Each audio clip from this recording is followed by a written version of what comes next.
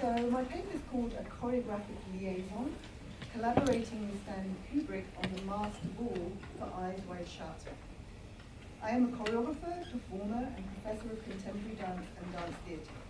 I share with you my unique experience, perceptions, observations, and reflections from the inside of the research and creative process with Stanley Kubrick for the Master Ball and orgy scenes of Eyes Wide Shut. It was an honor to collaborate with Stanley, to learn from him, to be a fly on the wall sometimes in his visionary world, and to get a glimpse into the genius of his modus operandi as a film director. It was an experience that I will never forget and always be thankful for. I would like to sidetrack a little and read an excerpt from A Lover's Discourse by Roland Barthes, a book that both Stanley and I have been inspired by, a key connection between us, which relates to an important counterpoint theme in the film: the self-destructive, revengeful path that a disturbed and jealous husband embarks upon, and the inner thoughts, images, and psychological drama playing out in Bill Harford's mind. The chapter is entitled, We Are Our Own Demons. Demons. It occasionally seems to the amorous subject that he is possessed by a demon of language, which impels him to injure himself and to expel himself, according to Goethe's expression, from the paradise which at other moments the amorous relation constitutes for him. I seek to harm myself. I expel myself from my paradise, busily provoking within myself the images of jealousy, abandonment, humiliation, which can injure me, and I keep the wound open. I feed it with other images until another wound appears and produces a diversion. When a demon is repulsed, when I have at last imposed silence upon him by accident or effort, another raises his head close by and begins speaking. The demonic life of a lover is like the surface of a sulfur tower. Huge bubbles, muddy and scorching, burst one after the other. When one falls back and dies out, returning to the mass, another forms and swells further on. The bubbles: despair, jealousy, exclusion, desire, uncertainty of behavior, fear of losing faith, the nastiest of all the demons, explode in an indeterminate order, one after the next, the very disorder of nature. This excerpt of language resonates for me as I consider Bill's state of mind after hearing his wife's erotic fantasy. An internal emotional whirlwind, marked by the detached persona of a well-practiced doctor. As Bill journeys through the ensuing narrative, every seductive encounter, every temptation to infidelity turns sour, or is jettisoned at a crucial moment, and ultimately leads him into a decadent, dangerous underworld that is at odds with his own sense of morality, decency, and basic humanity. When I read A Lover's Discourse now, much of it strikes a chord with the internal mechanisms at play that steer Bill Harford's adventure. So getting back to my work on Eyes Wide Shut, one may ask, how did this extraordinary opportunity come about? Sometime in the spring of 1997, my manager rang me to tell me that Stanley Kubrick wanted to meet me to talk about the possibility of choreographing his new film. I remember being completely silent for some time, not quite believing what I was hearing. I had seen 2001 Space Odyssey, The Shining was one of my all-time favourite movies, and Clockwork Orange had shocked me, but I couldn't quite grasp the how and why of Stanley Kubrick wanting to meet with me. At that time, I was immersed in the development of my own dance theatre work with my company, Yolande Snaith Theatre Dance, an Arts Council-funded touring company based in London. I was not actively seeking choreographic commissions within the commercial film industry. I had created several short dance films in collaboration with film directors, composers, and designers, funded by the Arts Council of England, independent film companies, and the BBC. And I had always been passionate about creating my own work, in my own way, and as much as possible on my own terms, to be in control of my own unique creative processes, my artistic vision. This was something that I know Stanley strongly emphasized with. Stanley had requested some showreels of my work from my manager. It was one of the short dance films titled Swinger, made in collaboration with director Ross McGibbon, that caught his attention. This was a 30-minute adaptation of a full-length stage piece my company created and toured in 1995. Not specifically about swingers, but was a deliberate play on the taboo around the word. It was actually created a year before the release of the movie Swingers, which I knew nothing about, and the timing of my chosen title became rather controversial in the dance world, which was unfortunate. But Stanley Kubrick loved it. For many years, I had been fascinated by Roland Barthes' book, A Lover's Discourse. I loved the language and the repeated reference to the term the other as the object of projections, desire, obsession, and fantasy. I loved the encyclopedic structure of the book and the categorizations of amorous feelings, internal utterances, and outbursts of language racing through the mind of the lover. I was intrigued by the poetic titles of what he defined as figures and fragments, such as I am engulfed, I succumb, to love, the unknowable, how blue the sky was, when my finger accidentally, and the world thunderstruck. I created a dance theatre adaptation of the book with an actor embodying the mind of the writer and speaking a montage of monologues constructed from Barthes' text. 4 dancers physically negotiated various seductive couplings, trios and quartets, sometimes slow and sensuous, sometimes tense and combative, sometimes playful, flirtatious, and at times verging on the edge of eroticism. The language of the scenic action, visual imagery, and dance created a metaphorical playground for the themes running through the text. The dancers embodied states of mind, emotions, fantasies, projections, and relationships, and their interactions with the scenic elements played with danger, tested their limits, and tempted fate. My first meeting with Stanley, much of our conversation focused on Swinger and A Lover's Discourse. This seemed to provide an entry point for Stanley to connect with me and explore some core themes that were central to Eyes Wide Shut. Love, lust, fantasy, obsession, jealousy, betrayal, infidelity, self-destruction. He asked many questions about my creative process of Swinger. How and why did I select sections of the text for the active model? What was it that drew me to A Lover's Discourse? What was my process of directing the actor to speak while moving? How did I work with the dancers to achieve the flowing, sensual movement qualities? What was the nature of my collaborative relationship with the scenic designer, composer, and film director? Stanley had a very paternal presence and listened attentively and patiently. In many ways, he reminded me of my own father, his physicality in the way that he dressed, pockets everywhere, heavy boots, the way he sat with such surrender to gravity in his chair, focusing all his attention on me with the steady stare of his wide-open eyes, peering over his spectacles, but with gentleness and genuine curiosity. There was no sense of time pressure. It was as if he had all the time in the world. My dad is just like us too, so I felt strangely at home. He was very appreciative and complimentary about many aspects of the film. I remember telling him how frustrated I was that the producers of my film insisted that the text be colloquialized to make the language more accessible to a television audience, which seemed totally ridiculous to me because it was the distinct specificity of Barthes' language that inspired the piece. We also talked about how divisive the stage version was in terms of audience response. Dance fans just wanted to watch the dance without the actor. Theatre people wanted to listen to the actor's monologue without dance. And some people found the synthesis between text and choreography refreshing and exploring. In response to this, Stanley said to me, well, you were ahead of your time. I felt incredibly honoured and strangely, simultaneously overwhelmed and at ease. In retrospect, I feel there was greater significance in Stanley choosing me because of my appreciation and interest in this subject matter than if I had been a well-known choreographer within the feature film industry. This deeper connection was clearly more important to me. Stanley then described to me in fairly abstract terms the scene that he wanted me to consider choreographing. A surreal, sensuous, seductive, suggestive, but not explicit dance by beautiful semi-naked masked women, and possibly men too.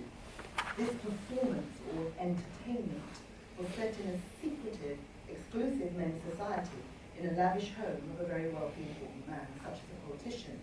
He was adamant that the women have a specific body type, and showed me some photographs by Helmut Newton of naked models wearing high stiletto shoes, sleek, long-legged, stylish, elegant.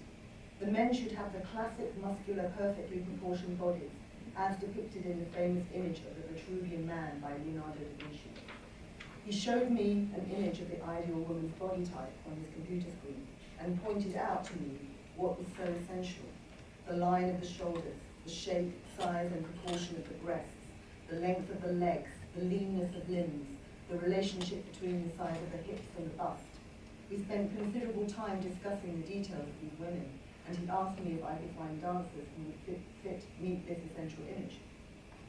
Initially, I experienced some discomfort in scrutinizing every detail of a woman's body in this way, being a feminist and habitually non-conformist to these kinds of cultural stereotypes and ideals of beauty and body type.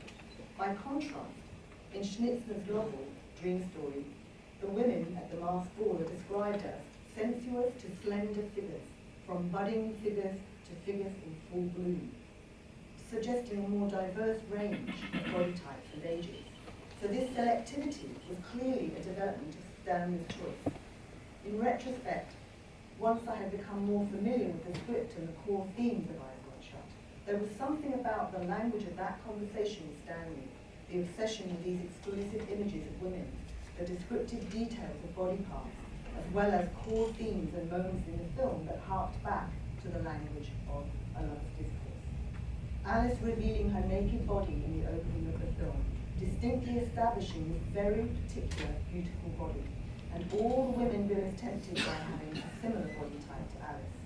In Schnitzler's novel, when Fridolin visits the corpse of the mysterious Baroness D, he would only be able to recognize her by the details of her body, the body and not her masked face that had intoxicated him with desire. Quote, that wonderful blooming body that yesterday had tortured him with longing. The language of Alice's fantasy monologue and Bill's reaction to her fantasized infidelity also resonates with the language of a lover's discourse, the writing that I have been so immersed in throughout the research and creation of Swinger. For example, in the chapter titled Ravishment. Ravishment, the supposedly initial episode, though it may be reconstructed after the fact, during which the amorous subject is ravished, enchanted and captured by the image of the loved object, popular name love at first sight, scholarly name enamoration. What suddenly manages to touch me, ravish me, in the other is the voice, the line of the shoulders, the slenderness of the silhouette, the warmth of the hand, the curve of a smile. Whereupon, what does the aesthetic of the image matter? Something accommodates itself exactly to my desire, about which I know nothing. I shall therefore make no concessions to style. Sometimes it is the other's conformity to a great cultural model which enthralls me. Now when I reflect on some aspects of the film, particularly the opening image of the naked Alice, then Alice's fantasy monologue, and how this triggers the unfolding narrative, Bill entering the masked ball and witnessing the disrobing ritual, I am drawn to Roland Barthes' words from Ravishment. The first thing we see is a scene. For love at first sight requires the very sign of its suddenness. What makes me irresponsible, subject to fatality, swept away, ravished, and all of the arrangements of objects. It is the scene which seems to be seen best for the first time. A curtain parts. What has not yet ever been seen is discovered in its entirety and then devoured by the eyes. What is immediate stands for what is fulfilled. I am initiated. The scene consecrates the object I am going to love. At the end of the film, when we see Bill's mask on the pillow of the marital bed, and when Bill breaks into sobs, I am reminded of the words from the chapter Catastrophe, violent crisis during which the subject, experiencing the amorous situation as a definitive impasse, a trap from which he can never escape, sees himself doomed to total destruction. Two systems of despair, gentle despair, active resignation. I love you as one must love, in despair, and violent despair. One day, after some incident, I shut myself in my room and burst into sobs.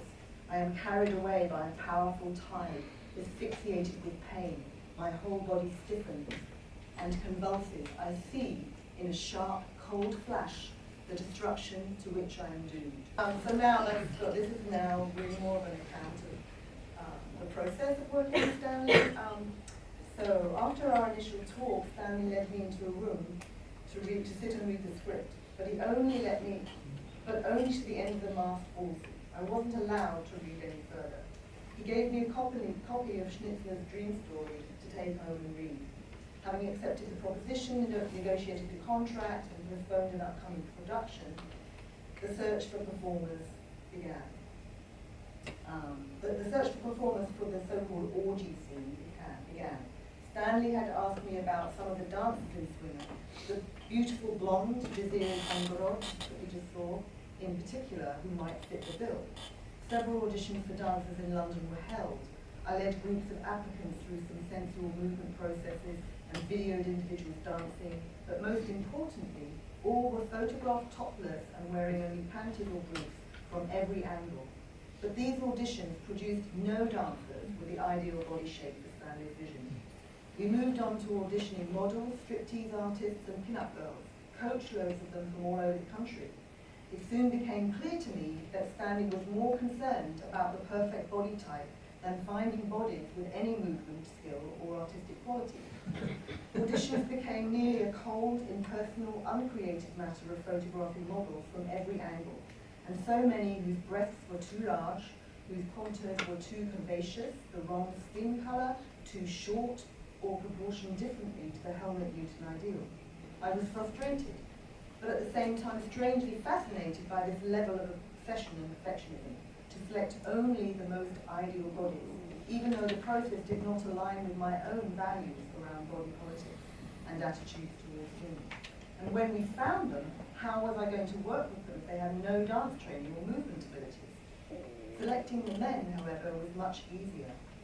It seemed that many trained male dancers' bodies naturally achieved the desired Vitruvian man ideal.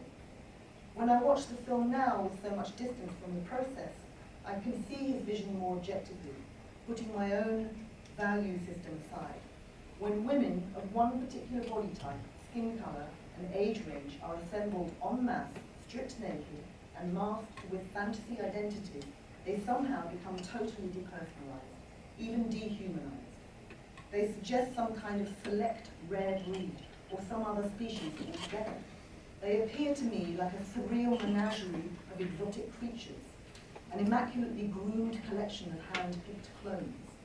As we journey through the orgy scene, I see a lavish mansion filled with anonymous, obedient, high-fashion feline fetish pets being initiated and used ritualistically, but with no apparent sense of passion or sensuality.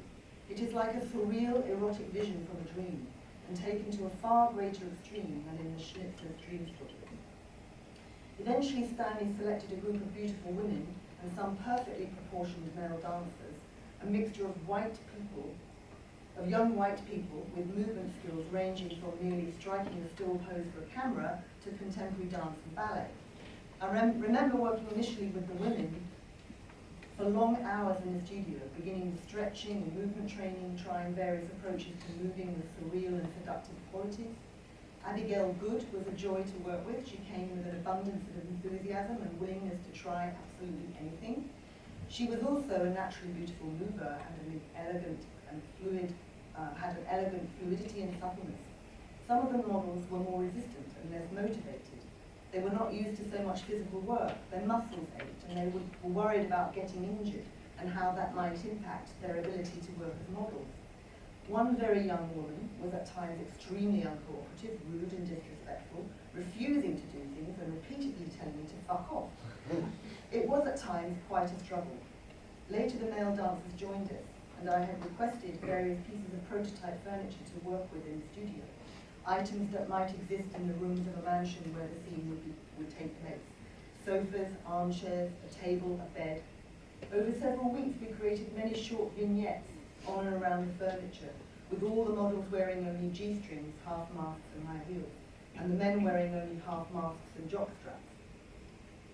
I played a range of background music to set alternate moods, dynamics and atmospheres, short choreographies in various combinations of men and women and duets, trios, quartets and larger groups, where their bodies rolled, slid, curled, lifted, hugged, caressed, teased, wrapped and wriggled around each other seductively and suggestively, but never explicitly. Nothing ever became pornographic. As a serious choreographer of contemporary dance theatre, I was intent on being true to my own creative and aesthetic sense of engaging, skillful choreography, whilst being committed to the task I was given, and what I believed Stanley was wanting me to produce. In my own creative processes, I was well practiced at exploring ideas collaboratively with performers, experimenting with different approaches, generating a range of possibilities through short sketches, building up a varied palette of starting points for further development. Leon Vitali visited rehearsals regularly and videoed the fruits of our work to show Stanley. Feedback from the director was appreciative. He made suggestions to try different things, and he was happy for us to continue working in this way. We kept playing and creating for days and days, weeks on end, creating new sequences, videoing and waiting for further instructions.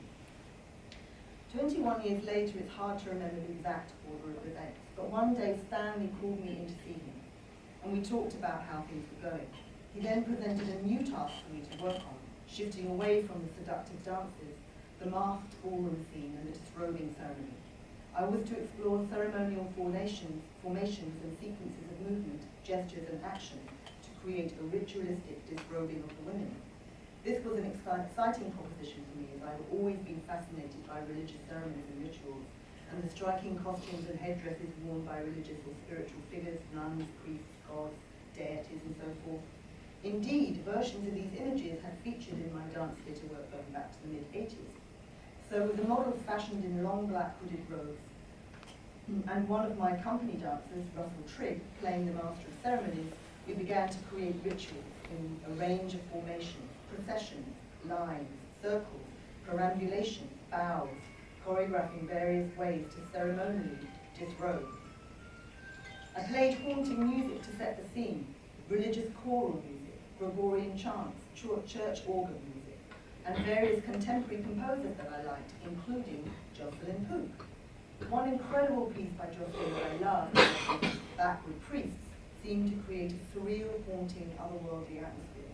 And when Stanley watched the rehearsal videos, a light went on in his eyes and he asked, "What is that music?"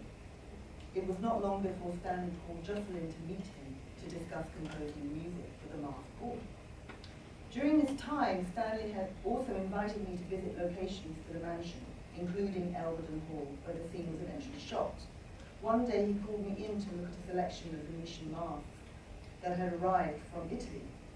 He then led me into a large studio at Pinewood, where what seemed like hundreds of masks were displayed on long tables. I walked with him and he asked me to help him choose the most striking selection of masks. They were incredible, so many beautifully crafted carnival masks and commedia dell'arte characters such as Il Capitano, Pantalone, Harlequin and Scaramouche, as well as more unusual Picasso-esque versions. Seeing them really helped me to visualize the scene, also knowing that there would be a large crowd of extras surrounding the ritual dance, wearing black robes and these dramatic masks. After about 3 months of rehearsals over the summer of 1997, with various sketches of disrobing rituals added to the repertoire of possible choreography for the orgy, there was still no date set for the shoot. Everyone was on hold, possible dates were mentioned, then retracted. We were all in limbo. Then one day Stanley called me in and handed me a folder of photocopied lithographs of what looked like 17th or 18th century pornographic orgy scenes, often involving 3 or more people, including monks, cooks, maids, lords and ladies, in domestic, religious and secluded settings, 4-poster beds, parlours, kitchens, a garden swing, the scullery, a banqueting hall, and even in front of the church organ. These illustrations depicted characters engaging in sexual acts where all manner of bizarre and complicated physical entanglements were performed. Stanley talked to me about developing the seductive dances more in this direction. Alarm bells went off inside me, as this was clearly very explicit, pornographic. I asked him if he was wanting the movement to go in the direction of simulated sex, and he said he did. It was an uncomfortable conversation, partly because this was not what I had agreed to choreograph, and as a serious choreographer I wasn't interested in choreographing pornography, and also because I knew that the cast of models were not contracted to perform simulated sex, as this would require a higher rate of pay. Most of the models were very clear that there would be no humping, Their agents were adamant that they were not contracted to perform anything explicitly sexual. I explained all this to Stanley, and he said something like, well, we'll have to look for models who will agree to do pumping. I was exasperated.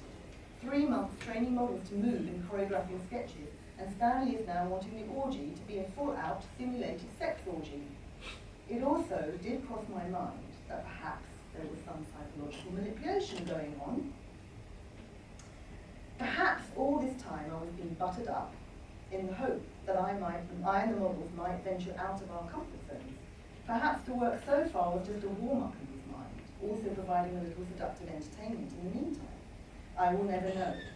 Ironically, aside from the film, the only material souvenir I have of my experience of working with Stanley Kubrick is that folder of pornographic prints directly from his hand, which I have here. So, the orgy scene was put on hold whilst investigations into models who would be willing to perform simulated sex were conducted, and the focus shifted entirely onto the masked ball scene. Finally, the shoot was scheduled, and sometime in the autumn of 1997, we arrived on location at Elverton Hall. A huge red carpet was laid out in the centre of the ballroom, and a large crowd of extras costumed in black robes and Venetian masks inhabited surrounding the cloisters. One day, Tom Cruise arrived to rehearse and shoot his entry scene.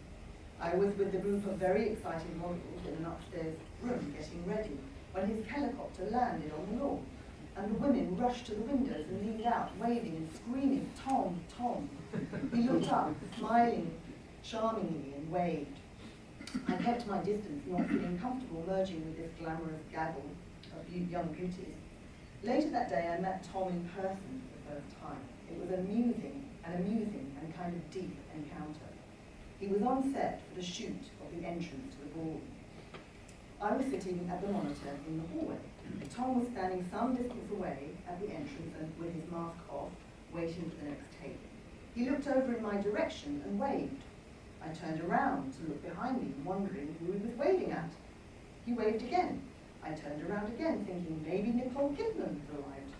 I'd really like to meet her, but nobody was there. Then Tom was called to action for his entrance. Once he was released, he walked directly over to me, reached out his hand to shake mine, and introduced himself. "Hi, I'm Tom. It's so good to meet you," and then launched into a stream of compliments. "I watched your film Swinger. It was wonderful, so inspiring." Then asked me all sorts of questions about the choreography, the actor, the text from a lover's discourse.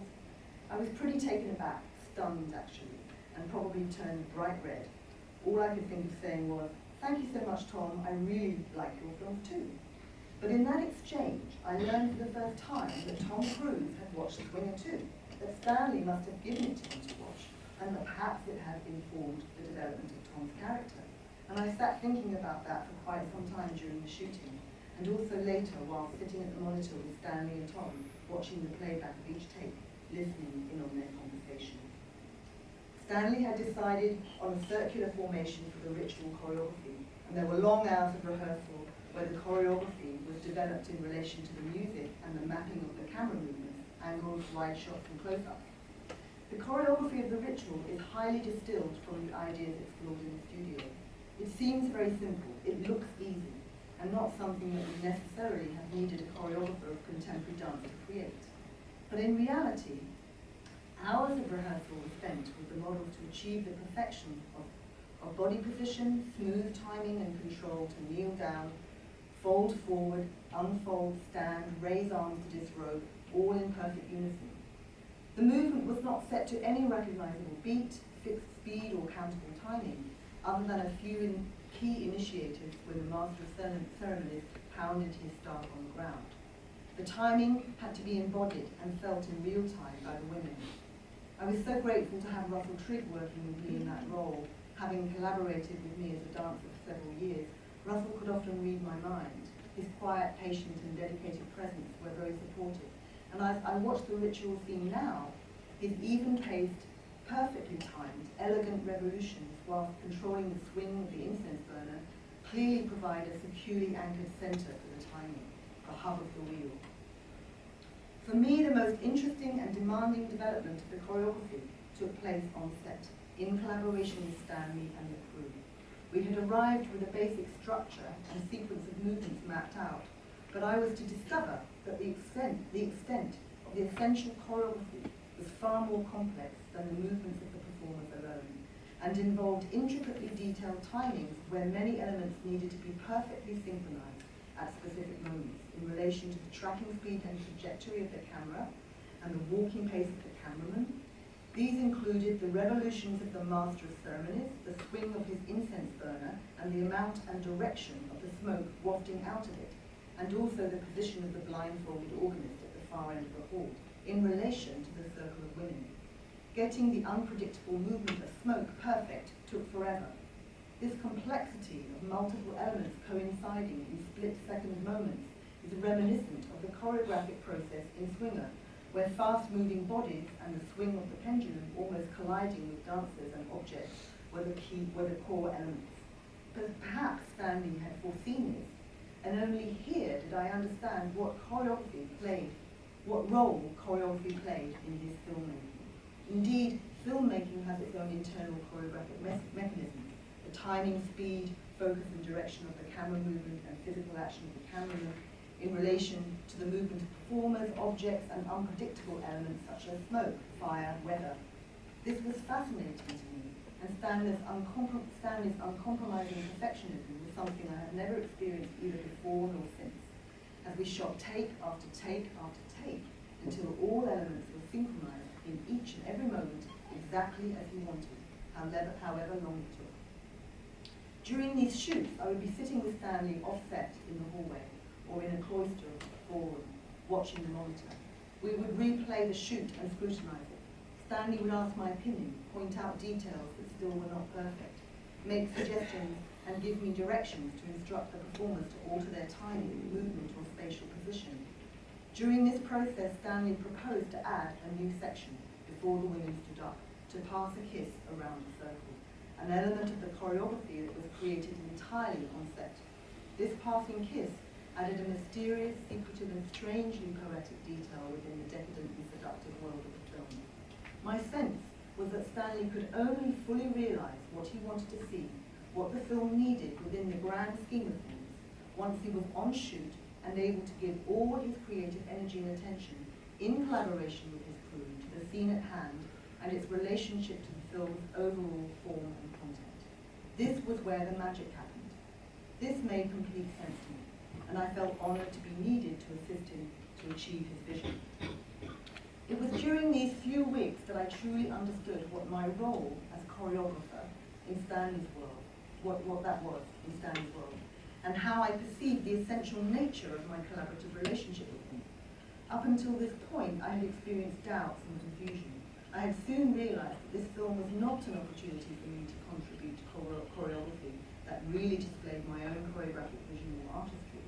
I began to understand that I was contributing towards the research for the orgy and the masked ball, and that through these months of work, Stanley had been evolving a clearer vision of what the film needed, which had moved away from the initial proposition, and in some way I was an essential player in that evolution. I had been instrumental in sourcing music and introducing him to Jocelyn Poole. I had asked myself, what is Stanley really wanting from me? How can I best serve his creative process and the realization of his vision? I had developed a relationship with the models and become familiar with their capabilities, resistances, needs, boundaries, and I think that they understood and respected me to varying degrees.